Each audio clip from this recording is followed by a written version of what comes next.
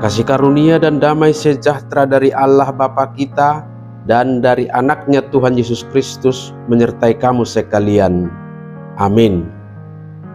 Shalom saudara-saudari sahabatku semua di dalam nama Tuhan Yesus. Firman Tuhan yang menyapa kita hari ini, hari Rabu tanggal 15 Mei 2024, tertulis dalam surat Ibrani pasal 4 ayat 16. Mari sahabatku semua kita simak dan renungkan firman Tuhan yang menjadi kekuatan dan inspirasi untuk menjalani hari ini demikian.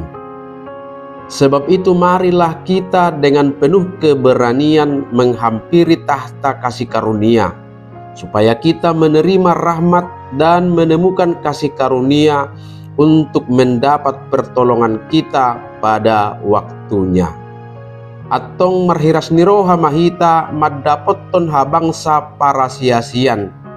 Asa tajalo talup niroha jala asa dapat asin niroha hita bahen pangrupion di tiki halehetanna. Demikian firman Tuhan. Sahabat renungan harian, saudara-saudariku di dalam nama Tuhan Yesus, adalah sesuatu yang wajar jika seseorang yang melakukan kesalahan kepada orang lain pasti akan kehilangan keberanian untuk bertemu dengan orang tersebut. Walaupun dalam hatinya penuh penyesalan atas kesalahannya dan ingin minta maaf, namun rasa takut dan malu bisa saja menghalangi keinginannya untuk bertemu. Demikianlah gambaran hidup kita. Kita pasti kehilangan keberanian untuk bertemu dengan Tuhan oleh karena keberdosaan kita. Malu rasanya di hadapan Tuhan. Rasa takut dan penyesalan yang tidak terselesaikan dengan baik akan membuat kita terus dirundung kesedihan, kehilangan semangat dan gairah hidup. Oleh sebab itu, firman Tuhan hari ini memberikan kita sebuah undangan luar biasa dari Tuhan. Sebuah undangan untuk mendekat kepadanya dengan keberanian dan keyakinan. Tidak ada rasa takut atau keraguan yang perlu menghalangi kita, karena kita diundang untuk datang ke hadapan tahta kasih karunia-Nya. Mengapa kita bisa datang dengan keberanian? Karena kita memiliki seorang imam besar yang agung, Yesus Kristus, yang memahami kelemahan kita dan telah membuka jalan bagi kita.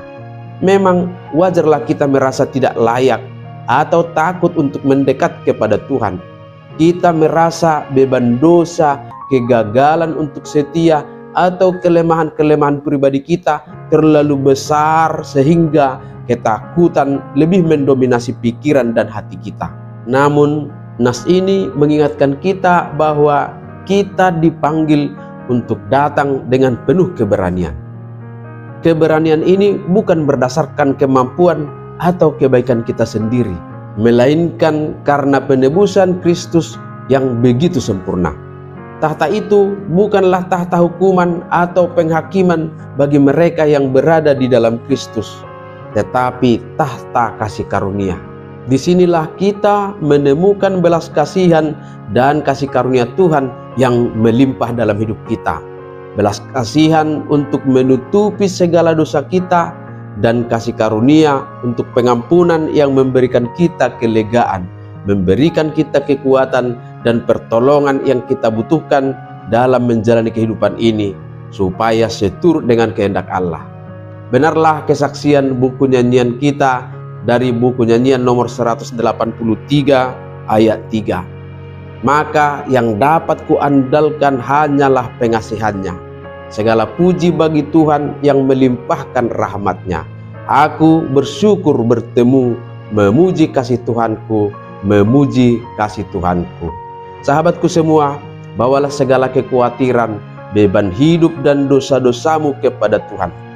Yakinlah Dia penuh belas kasih untuk mengampuni, dan itu akan dianugerahkannya kepada kita dalam kemurahan-Nya. Amin. Selamat beraktivitas. Tuhan memberkati.